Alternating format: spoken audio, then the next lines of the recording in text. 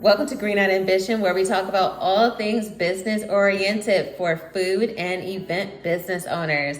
My name is Jessie, and I'm super excited to talk to you today about email marketing. This is one of those topics that we don't often hear about when it comes to our type of industry, but I have you covered today. I'm going to share with you the key tips to be successful with email marketing. I have over 10 years of experience in the food and event industry. I wasn't sure if I needed to incorporate email marketing into my plan, but I quickly realized that it's super essential for me to have email marketing to nurture my clients. So I wanted to give you some tips on how to be able to rock it out with your email marketing plan. And I'm going to give you the 5 major tips that were able to help shift my business and able to attract new clients and turn leads into paid clients. So let's get into the conversation today. First and foremost, email marketing is one of the key marketing strategies to have a successful business. But I do understand that it's not always easy to implement email marketing into your structure, especially if email marketing is something that's new to you. It can be misconstrued as a spam tactic. When you do effective email marketing, this is where you're able to attract new clients into your funnel and then produce new bookings by doing this correctly. That's why today I'm going to share with you the tips to be able to be successful with email marketing so that you are able to grow your business and do it in a way that is going to be conducive to your actual workload and our industry, of course. Before we get started, take a moment and subscribe to this channel because you don't want to miss out on great topics just like this one.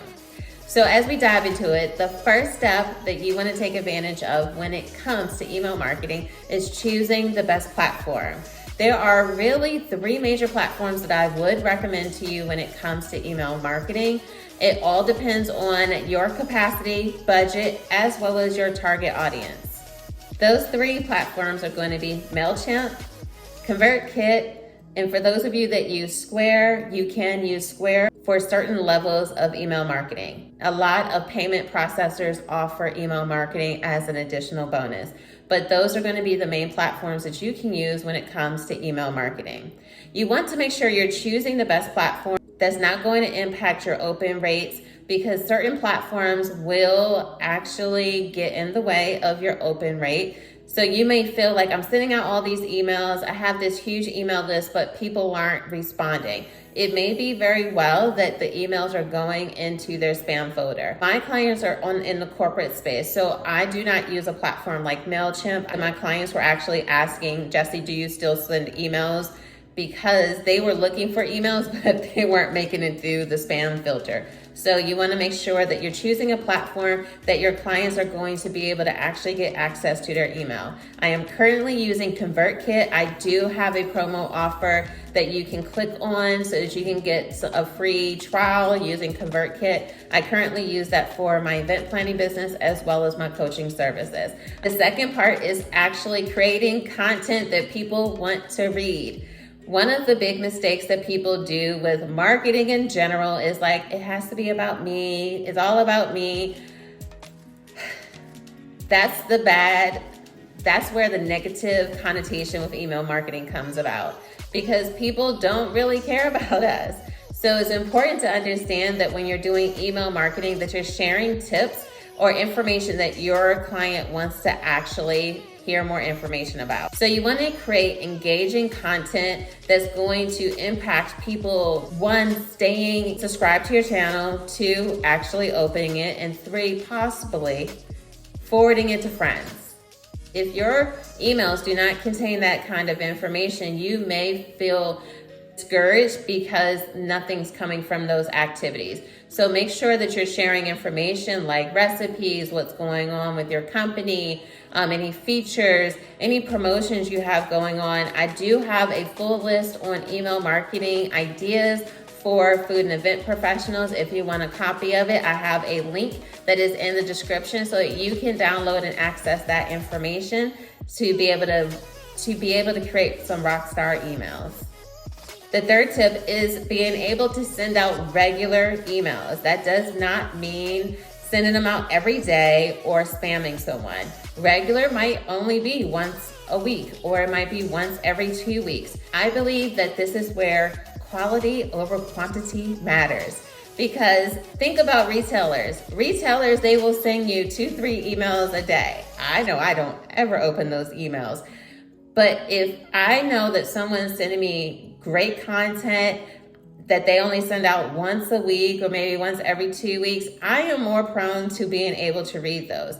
Then once you have maybe a team, you might try to pick up the frequency a little bit more, but you still need to have quality. If there's not quality in those emails, people will not actually open them.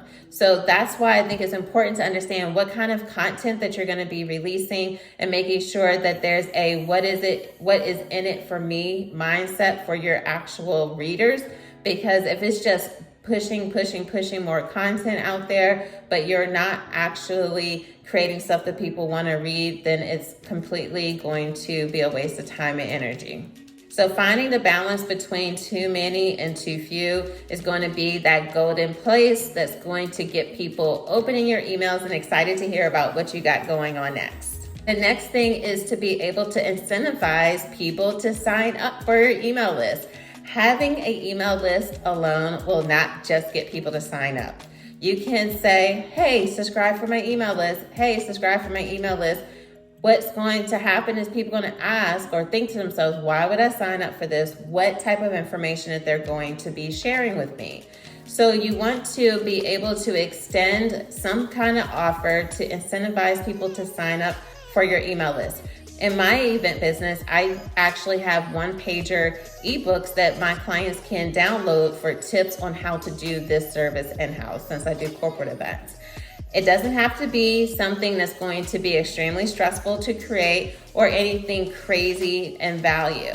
You don't want to have to offer people 50% off their first booking with you just to get their email address. You don't need to go that extreme. It can be an upsell on a specific service or a small discount that can incentivize someone to give you their email address. In this day and age, we're always getting asked for emails, but we only sign up for things that we want to get information on. So you have to be clear about how you're going to get people to give you their email address, and then also making sure they understand what kind of information they're going to get by giving it to you. The fifth tip is making sure you're tracking your email marketing campaign and strategy. This is what's going to help you understanding, is this working? Is this not working? What do I need to change? What made people actually send this? What did they click on? If we aren't tracking it, I don't care if it's email marketing, sales campaigns, phone calls, bookings, cold calls, whatever you're doing. If you're not tracking it, then why are we doing it? You have to track your activity to know what will produce results. You want to track, of course, your open rate, because if you have a low open rate, that will help you of understanding, is it the subject lines? Is it the day or the time I'm sending it? Those can impact the open rate. But if you're tracking the open rate, you'll be able to understand, are people actually wanting to learn more about your services or to receive these emails?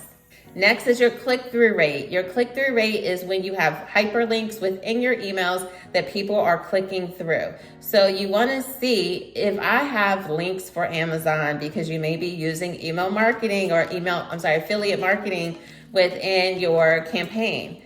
If you're not checking to see, are people actually clicking on the links I'm sharing? Maybe I'm not sharing the right type of links, or maybe I'm not clearly saying this is something that you can click on. So click-through links and your click-through rate is going to be impactful, especially when you are using it for commissions or to see if people are clicking on a link for more information. And lastly, you want to be able to see what your conversion rate is. So depending again on your email campaign, let's say if you send out 100 emails and 20% of those people open up, so that's 20 people, and out of those 20 people, you got 1 or 2 bookings, then you'll be able to see out of 100 people getting your emails that you're able to potentially produce 2 clients that are booking. It's great to know these numbers because this is how you're able to make money in your business and understand the activity that goes with getting a specific result. Knowing those 3 percentages are what's going to help you with knowing how effective or ineffective your email marketing campaign really is. Believe me, I understand email marketing can feel overwhelming. It's important to know exactly how to do it, how your clients can benefit from it, and then making sure you're doing it at a frequency in which your clients can actually benefit from your information. Please do not disregard how email marketing can benefit your business. If you are unsure of this, please send me a message because I want to see you be able to use this as a funnel into your sales process. If this information has been helpful for you, comment below and say email rockstar because I want to know that this information got you to start thinking about how you can start implementing email marketing into your actual system.